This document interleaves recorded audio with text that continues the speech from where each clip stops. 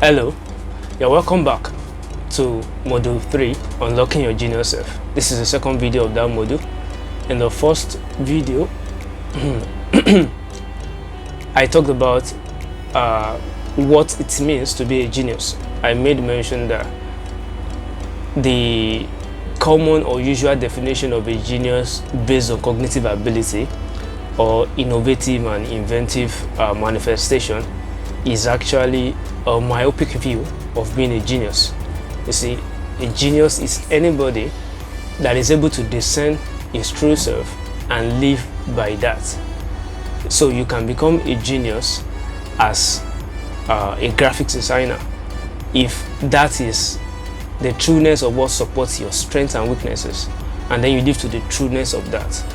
And also I mentioned that being a genius is actually being able to perspire, stay true, and achieve your desired aim.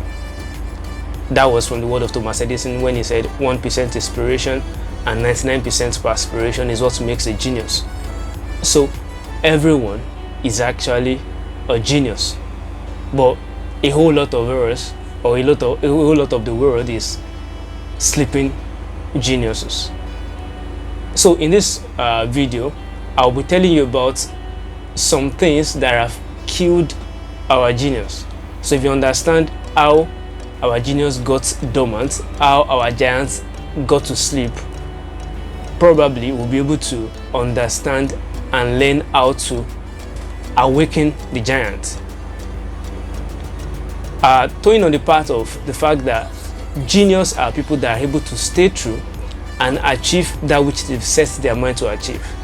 Let me briefly tell you about Joanne Rowling. Joanne Rowling is popularly known as J.K. Rowling. I don't know if anyone has seen the Harry Potter series.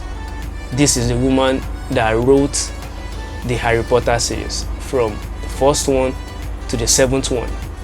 See, she conceived the idea of writing the Harry Potter story in the year 1990 while she was stuck in a train from Manchester to London.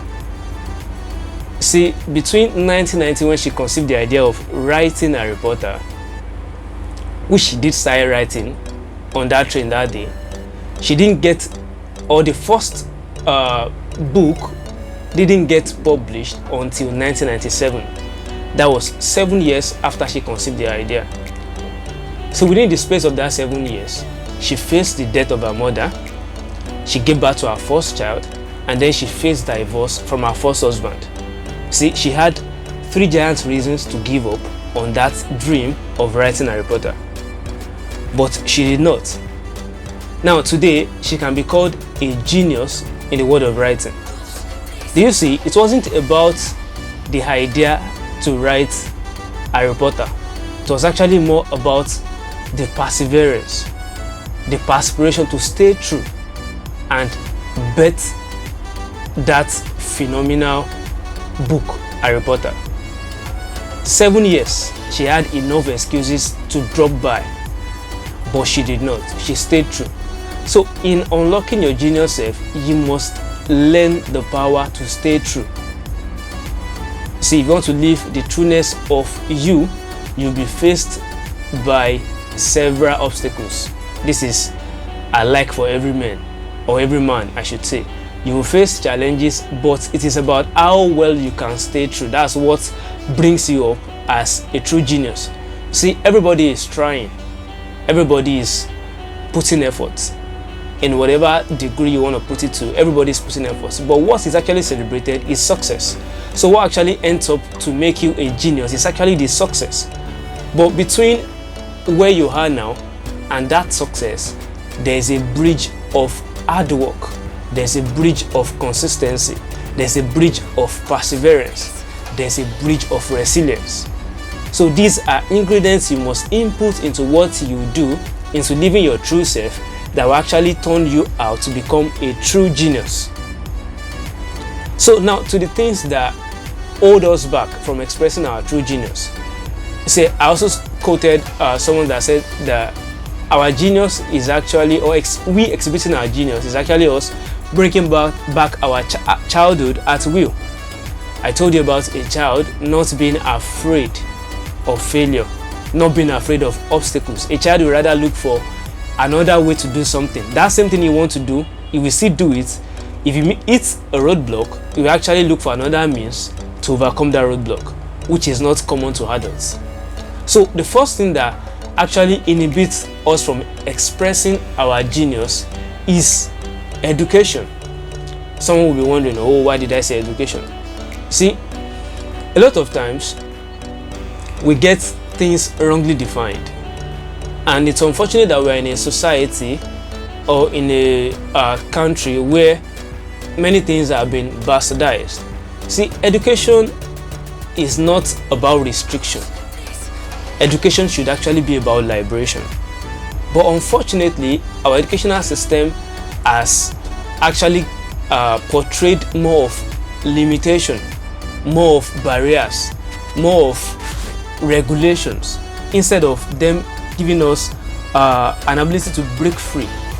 You see, it's funny that almost the same thing that we teach in this part of the world is taught in the Western world.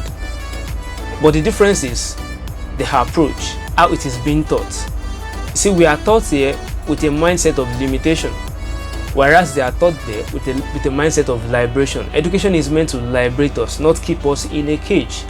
So you're only meant to go to school to learn better ways of doing things. But rather here, school has taught us about singular ways of doing things. They taught us one single method to do one thing, and that has kept us in a box. That's why you hear people shouting, think outside the box, think outside the box, because truly we've been put in a box. But sometimes the answer is actually in the box. Let's leave that. So education, if not true, is actually a limitation to our genius.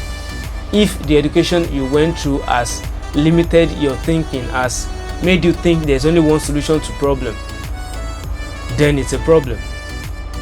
See, if education has made you see more of, or made you more afraid of failure, then it's a problem. So the next thing that actually hinders our genius is also comparison. You see, I mentioned in the first video that being a genius is actually being original, ingenuity.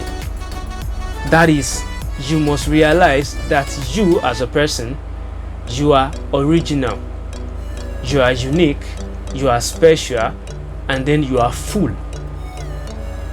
When you start comparing notes, looking at another person's pace, another person's ability, another person's performance in the light of your own, thinking that you are not good enough, you are not doing well enough.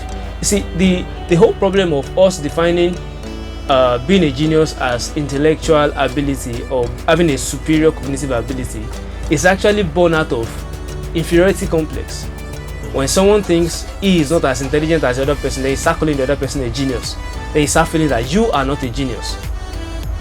Then you start killing your ingenuity because you never see it. So the third thing that kills our genius is actually lack of knowledge. That's why you need to start from the place of self-discovery. See, whatever you don't discover, you can never appreciate. Whatever you don't know, whatever you don't know its value, you can never appreciate.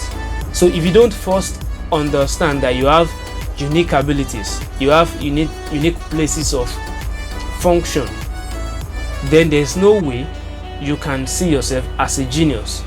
So if you lack the knowledge of your true self, then you cannot express, you cannot function as a genius. And then the last thing that kills our genius is actually pressure, external pressure and internal pressure. You see, we have expectations around. There are things that are expected of us by our parents, by the society, and then there are things that we expect of ourselves. These things find a way to kill our genius. You see, when you have expectations, people wanting you to be this person, it will blind you of your true self, or you might be too afraid to embrace your true self because you want to be who they want you to be. So if you don't if you let pressure, external pressure, and even what you create for yourself, pressures that you create for yourself, get the better of you, you may not be able to express your genius. So you must get education in the trueness of what education is. I told you education is liberation, not limitation. You must ensure you get rid of comparison. Then you must also ensure that you do not let pressure, people's expectation blind you of your true self. And lastly, you must get aware of who you are. This is why you must start with self-discovery.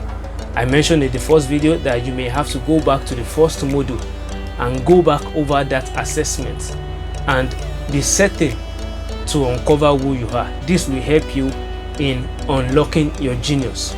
In the next video, I'll be telling you steps you need to take, things you need to do to fully uncover your genius. You see, there are some layers you need to get of yourself. There are some refinings you need to do. There are some fine-tunings you need to do to actually express your true genius. Join me in the next video as we go through these steps and these procedures. Bye for now.